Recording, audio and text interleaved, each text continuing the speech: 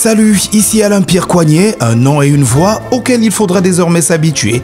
Sur Nous TV, connecté Sept-Îles et Port-Cartier. Pour cette première édition de la saison, 3 titres au sommet. Nous irons d'abord faire un clin d'œil aux pompiers de Sept-Îles qui consacraient la semaine dernière à leur rendez-vous annuel de la prévention des incendies. Nous planterons ensuite le décor du rendez-vous pan-québécois, secondaire en spectacle, dont l'annonce de l'organisation par Sept-Îles de l'édition 2025 a été faite en fin de mois dernier avant de boucler par le joug électoral des municipalités québécoises désormais imminentes.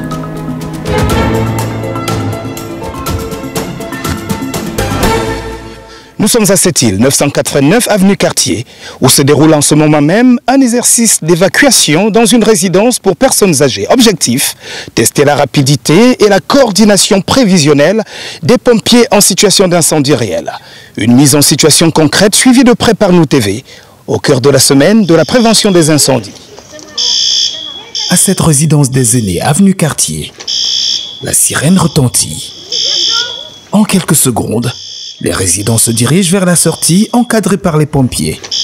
Un exercice de routine mais essentiel pour tester les réflexes en cas d'urgence. Ce matin, notre résidence pour personnes âgées, on avait 15 résidents. On a réalisé l'exercice en 2 minutes 40 quelques secondes. À peine 2 minutes 40 secondes pour réaliser cette opération d'évacuation simulée. Preuve que la prévention passe avant tout par la préparation et la compétence du personnel et qu'au-delà de la bonne coordination, le facteur temps n'est pas la principale préoccupation. Mais le temps, c'est un facteur qu'on regarde, mais qu'on attribue peut-être le moins d'importance. On veut que les exercices se déroulent rondement, que le monde utilise toutes les diverses issues possibles. On aime mieux que ça prenne quelques petites secondes de plus, puis quand on a une confirmation que le bâtiment est évacué, bien qu'il est totalement évacué et non pas qu'on a une confirmation en 1 minute, qu'on se revire d'abord, puis il y a encore du monde là, qu'on va dans l'immeuble au travers des fenêtres. Donc... On retiendra au final que chaque résidence pour aînés doit avoir une entente annuelle avec les services des incendies pour l'éducation à la prévention qui est la base pour assurer la sécurité des résidents. Annuellement, les résidences doivent avoir une entente avec le CIS, donc respecter plusieurs points, donc la nutrition, la MAPAC, la loi sur le tabac. Puis pour avoir leur certification, ils doivent faire un exercice d'évacuation avec le service incendie. Nous sommes à la rue Cohen et précisément à la ritournelle de Sept-Îles pour le même exercice, à savoir celui de la prévention d'incendie avec pour cœur de cible cette fois la petite enfance. Nos soldats du feu, quelques rues plus loin, s'invitent dans une garderie qui n'en était pas à sa première expérience. Une fois par année, on fait venir aussi les services d'urgence dans le stationnement, fait que les pompiers s'habillent devant les enfants peuvent embarquer dans le camion de pompiers, tout ça. Donc, on essaie aussi de sensibiliser les enfants, puis aussi de dédramatiser là, par rapport à la venue des pompiers, au camion de pompiers, tout ça. Puis, en fait, nos éducatrices le savent aussi qu'à chaque année, il y a un exercice de feu, là, toujours fin septembre, entre la fin septembre et la mi-octobre. Donc, les éducatrices travaillent aussi avec les enfants là, à ce niveau-là. Donc, elles en parlent avec eux, elles leur montrent des images, elles lisent des livres avec eux, elles pratiquent aussi même avec eux l'exercice de feu, elles font sonner des sonnettes pour, dans le fond, éviter que les enfants aient peur quand ça arrive. Donc, c'est fait comme tout au long de l'année. Dans le fond, ça fait comme partie intégrante du quotidien des éducatrices, dans le fond, de parler des pompiers, d'aller les visiter quand c'est possible et tout ça. Donc, ça dédramatise aussi la situation auprès des enfants. L'exercice d'évacuation se déroule dans le calme et sans panique. Exécuté avec l'appui du personnel éducatif et c'est une fois à l'extérieur que les enfants découvrent avec joie les pompiers venus à leur rencontre. Encore ici, c'est déroulé de façon exemplaire. Il y avait 70 enfants, une quinzaine de membres du personnel, donc pour un total de 85 occupants, avec un temps d'évacuation en bas de 3 minutes. Un moment d'apprentissage et de détente à la fois, où les enfants en apprennent sur les bons réflexes face aux incendies. C'est sûr que oui, parce qu'en même temps, les éducatrices, dans le fond, profitent de l'événement aussi pour en parler avec les enfants et tout ça.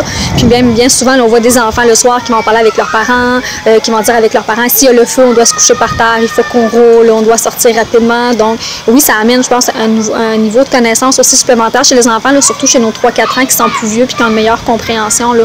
Souvent, ça leur amène des nouvelles connaissances qui vont parler avec les parents.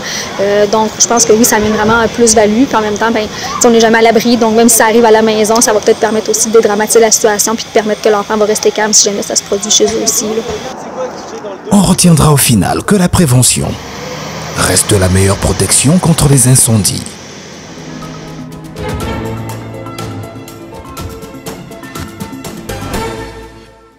À cette île, le compte à rebours est lancé.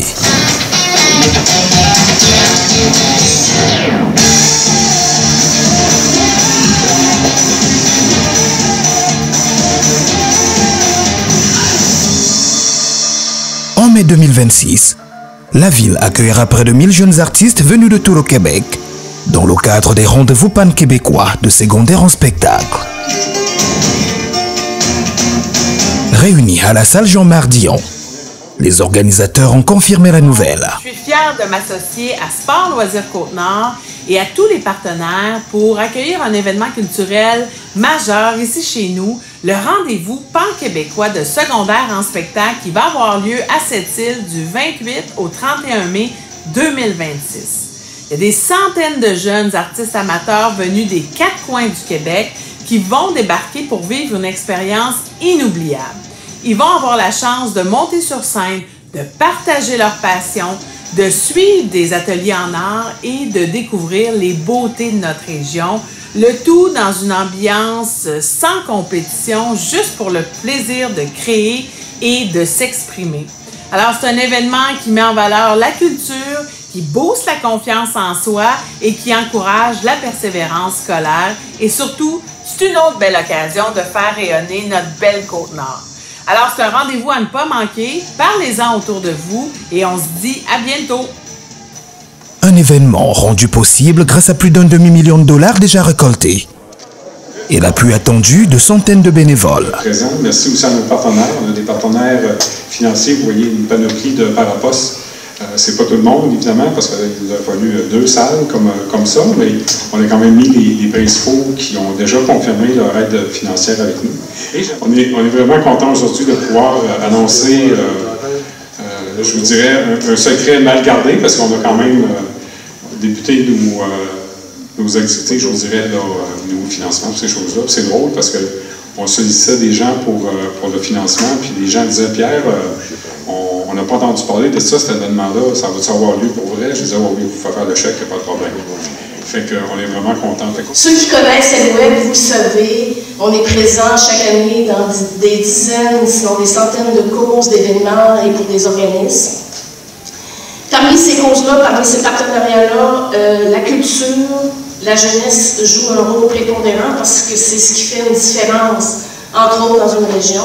C'est certainement pour ça qu'au matin d'un déjeuner, Claude n'a pas hésité à dire oui à ce partenariat-là d'importance qui ralliait 2 causes, notre belle jeunesse locale et la culture. L'école d'accueil, en fait, va servir de lieu hébergement, alimentation et service aux participants. C'est une fin de semaine riche en émotions où on veut que les jeunes s'amusent. C'est plus une compétition à ce moment-là, c'est vraiment un moment où ils peuvent partager ce qu'ils font. Puis, l'école va servir de point de chute, d'un lieu sécuritaire, accueillant, ouvert, pour que les jeunes puissent pleinement vivre leur fin de semaine. Donc, c'est vraiment une fierté pour nous, puis on est vraiment très heureux que la CLAN nous fasse confiance dans un projet d'envergure comme ça. Puis je pense qu'avec l'équipe qui est avec Pierre et tous les partenaires qu'on a, ça risque d'être un événement là, qui va être à la hauteur des attentes de tous. À travers spectacles, ateliers et rencontres, même les voisinaux résonneront en Inouïmoun pour rappeler que la culture se partage et se réinvente. C'est la première fois qu'on fait une collaboration avec une communauté autochtone, cette île Ouachat Mac-Magluteenam. J'ai beaucoup d'affection pour ça parce que c'est grâce à la région de la Côte-Nord que Secondaire en spectacle a fait une place pour les langues autochtones dans sa réglementation.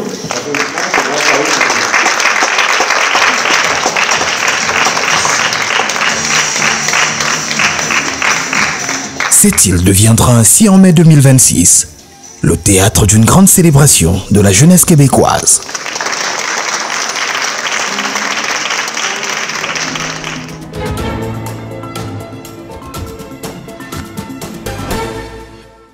Patrick Hudon, bonjour.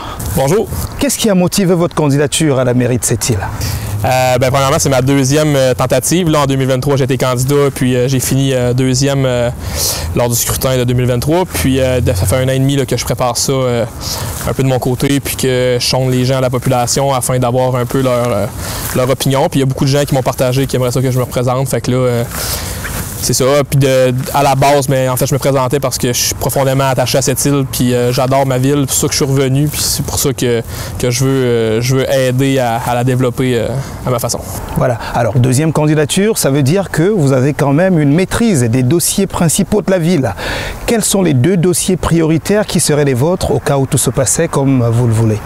Oui, bien là, en fait, là, on a eu plein de dossiers. Là. Il y a encore l'hôtel de ville qui est peut-être en termes de finaliser. Il y a l'aréna qui va être terminée. Par contre, moi, c'est plus une question de ramener le citoyen en fait au centre de la politique là, municipale. Fait que peu importe le dossier qu'on va faire, je pense que là, en ce moment, ce qui va être important, c'est d'entretenir puis de préserver qu'est-ce qu'on a, puis développer de façon efficace là, la ville après ça. Puis au niveau là, des sujets qui vont être chauds, je pense que le logement puis la rétention de la population, c'est chose de très important. Au niveau là, du logement, je pense qu'on va pouvoir accélérer les choses, notamment grâce à la loi 31. Il va y avoir plein de choses qui vont changer au niveau du gouvernement du Canada puis du Québec. On va peut-être avoir des aides financières qui vont arriver rapidement pour créer du logement, parce que la crise du logement n'est pas juste à cette île, elle est partout en ce moment au Canada. Donc vraiment, ces 2 priorités-là, le logement puis la rétention là, des gens là, en améliorant justement la participation citoyenne puis le sentiment d'appartenance de la ville de cette île. Ouais. S'il fallait en ajouter un 3e, ce serait quoi? Je pense que c'est ça, là, je viens de parler de sentiment d'appartenance, la sécurité. Je pense que ça, c'est important à cette île. Là, justement, là, je veux qu'on redevienne fiers d'être cette îlien puis d'avoir des idées innovantes de développement. On n'est pas obligé d'attendre que les autres développent quelque chose pour qu'on le fasse. Le premier coup d'essai n'a pas été le coup de maître souhaité. On en est au 2e. Quelles sont les conditions que vous réunissez au quotidien pour être le candidat favorable cette fois-ci, pour que la première expérience soit désormais très loin derrière? Ben c'est ça. Pas si loin derrière que ça. Je pense que j'ai appris aussi dans la dernière campagne à faire une meilleure promotion, à faire un peu plus là, de parler aux gens. Ça fait 1 an et demi que je prépare vraiment ça sérieusement. J'ai suivi tous les dossiers de la ville. Je suis allé plusieurs fois au conseil de ville. Je me suis vraiment éduqué sur plusieurs choses que je maîtrisais moi à la première campagne, notamment les finances, ainsi de suite. C'est quelque chose que mes finances personnelles, je gère ça. Les finances d'une ville, c'est un autre appareil. Par contre, maintenant, je suis beaucoup plus outillé là, afin de mieux comprendre l'appareil municipal. Puis je pense que, justement, c'est mon travail de terrain là, qui fait la différence en ce moment là, dans cette campagne. Vous êtes 3 candidats en course. Quand vous faites une introspection, quelle serait la plus-value de Patrick pour être le candidat idéal au poste de maire de la ville de Sept-Îles? Ben, je pense qu'en ce moment, partout au Québec, il y a un virage jeunesse en termes d'appareil municipal. Je pense que je m'inscris un peu dans cette optique-là. Le dynamisme, la proximité avec les gens, un retour un peu aux sources, là, la collectivité, être fier de cette île. Je suis structuré, encore une fois, je suis dynamique, je suis impliqué depuis longtemps à cette île, même si je suis quand même assez jeune.